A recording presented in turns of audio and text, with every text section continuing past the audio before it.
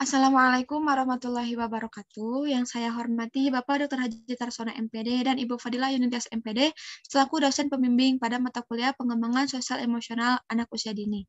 Dan tak lupa teman-teman seperjuangan yang saya banggakan. Puji syukur, marilah kita panjatkan kepada Allah Subhanahu wa Ta'ala, dan sholawat serta salam semoga tetap tercurahkan kepada Nabi besar Muhammad Shallallahu Alaihi Wasallam. Karena berkat rahmatnya kita dapat bertemu di ruang Zoom meeting ini secara virtual dengan keadaan sehat walafiat. Adapun topik yang akan kami bahas pada diskusi kali ini yaitu mengenai keterlibatan orang tua dalam pengembangan sosial emosional anak usia dini. Saya, Ajeng Rafi'an, selaku moderator, akan memimpin jalannya pemaparan materi pada hari ini.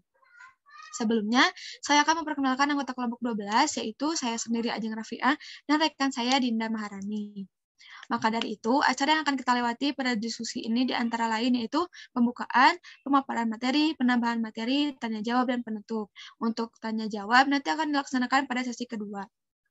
Baik, untuk mempersingkat waktu, mari kita buka dengan membaca basmalah bersama-sama.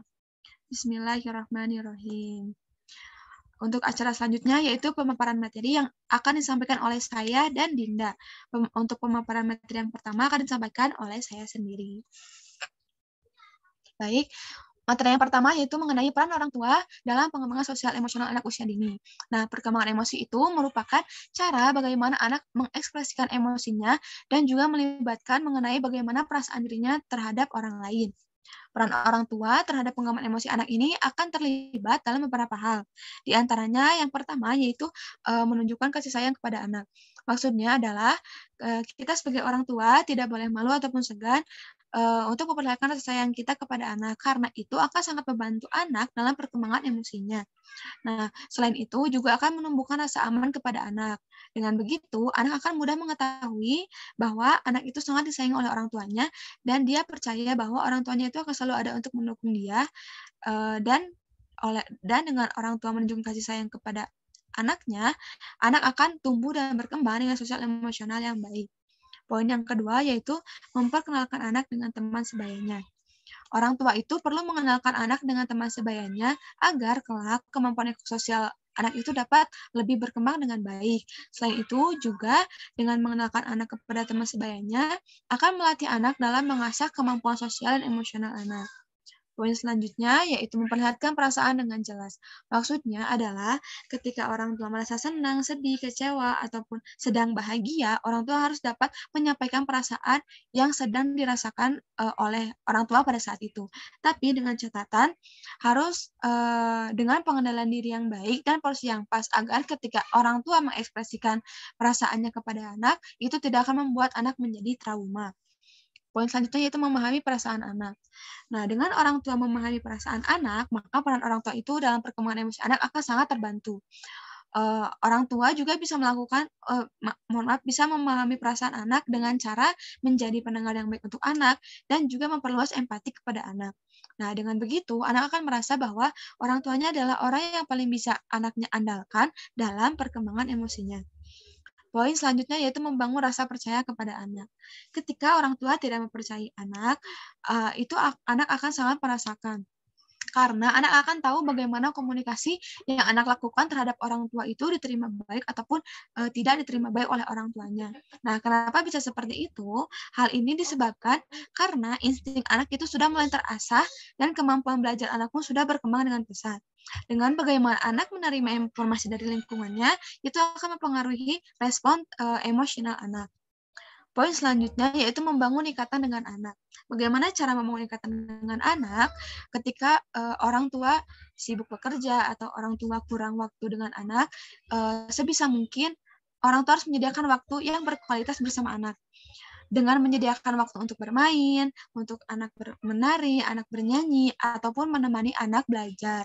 Nah, dengan seperti itu, maka orang tua dan anak akan saling mengenali diri mereka masing-masing dan juga akan saling memahami yang nantinya akan mendasari perkembangan sosial emosional anak. Poin yang terakhir yaitu merespon kebutuhan anak. Bagaimana cara merespon kebutuhan anak? Orang tua itu harus menjadi pihak yang tanggap dalam menyediakan kebutuhan anak. Seperti ketika anak beres mandi, orang tua harus sudah menyiapkan pakaiannya, anak lapar, anak haus, orang tua harus sudah menyediakan apa yang anak butuhkan. Nah, dengan seperti itu, anak tidak akan mengalami kesulitan dan dia juga akan memiliki pihak yang dapat diandalkan. Nah, baik. Untuk materi yang selanjutnya akan disampaikan oleh rekan saya, Dinda Maharani. Waktu dan media saya persilahkan. Baik, terima kasih kepada Teh Ajeng, Pak Moderator. Baik, saya akan menyampaikan materi kedua, yaitu tentang keuntungan keterlibatan orang tua dalam pengembangan sosial emosional anak usia dini. Nah, yang pertama yaitu kepercayaan diri dan kepuasan dalam mengasuh anak. Nah, tentu aja ya bagi orang tua mana aja gitu ya yang bangga karena kasarnya udah berhasil dalam membangun karakter atau sosial emosional anaknya. Jadi lebih percaya diri, yang awalnya gak percaya diri jadi lebih percaya diri dan lebih puas gitu. Terus yang kedua yaitu menambah wawasan dan pengalaman mengasuh sistem mendidik. Tentu ya, jadi orang tua itu nggak gampang. Pasti ada tantangan atau rintangannya. Terus yang awalnya belum tahu, jadi banyak tahu, oh gini cara bisa mengasuhnya, mengatur sosial emosional anaknya gitu. Terus yang ketiga, meningkatkan keterampilan mereka dalam mengasuh anak. Sama kayak poin yang kedua, pasti ya nggak tiba-tiba jadi orang tua yang sempurna bisa mendidik atau apapun itu. Pasti ada tahapannya, tingkatannya, yang belum bisa jadi bisa, terus ya bertahap seperti itu. Lalu yang keempat yaitu pada guru akan terwujudnya suasana sekolah yang lebih baik. Lalu yang kelima, perbaikan perilaku dan sikap guru. Disambung poin yang keempat sama kelima ini, di mana kan kalau misalkan orang tuanya ini mungkin udah berhasil, jadi lebih meringankan kepada si guru gitu kok. Oh ini anaknya mungkin dari didikan orang tuanya bisa ngituin anaknya gitu. Terus poin yang terakhir yaitu memperbaiki hubungan antara orang tua dan guru. Mungkin cukup sekian materi saya. Saya kembalikan kepada moderator. Baik, terima kasih Tedina untuk pemaparan materinya. Untuk materi yang ketiga akan dipaparkan oleh saya dan Tedina Maharani.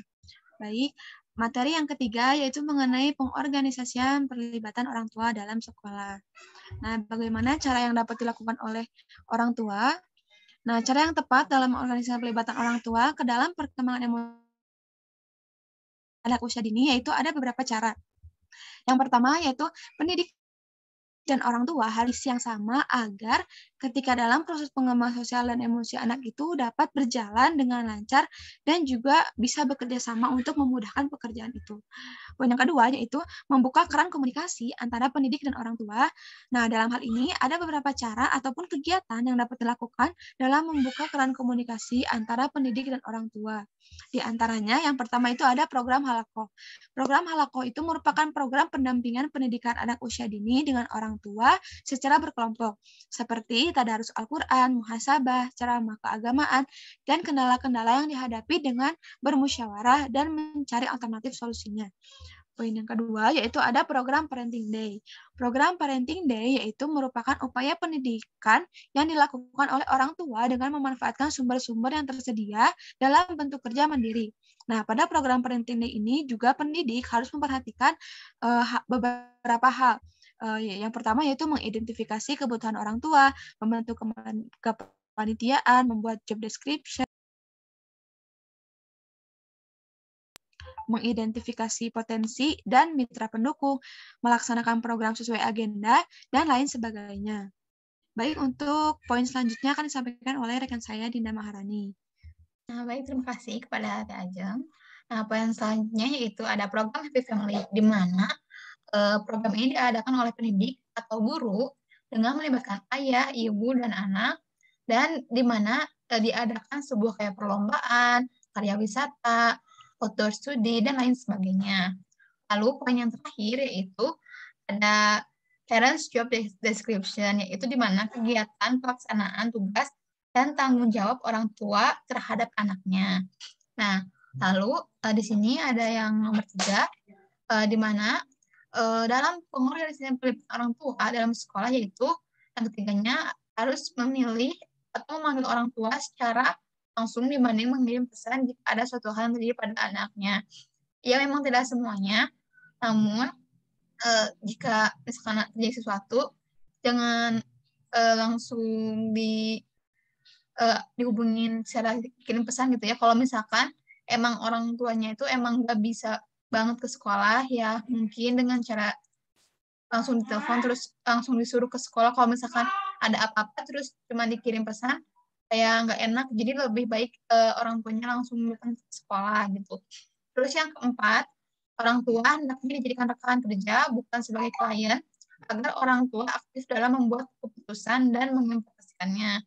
Kan jadi kalau misalkan dijadiin kayak cuma sekedar klien gitu, agak canggung. Jadi mungkin orang tua dan guru gitu harus bisa lebih apa ibaratnya tuh kayak partner aja biasa kayak teman biar enggak canggung. Kurang lebih seperti itu. Terima kasih. Saya kembalikan kepada Teh Ajeng selaku moderator. Baik, terima kasih Teh Dinda untuk pemaparan materinya. Alhamdulillahirrahmanirrahim. Untuk pemaparan materi dari kelompok kami, kelompok 12 sudah selesai. Selanjutnya untuk penambahan materi dan juga tanya jawab akan dilaksanakan nanti di sesi kedua pada jam mata kuliah pengembangan sosial emosional anak usia dini. Akhirul kalam. Wassalamualaikum warahmatullahi wabarakatuh.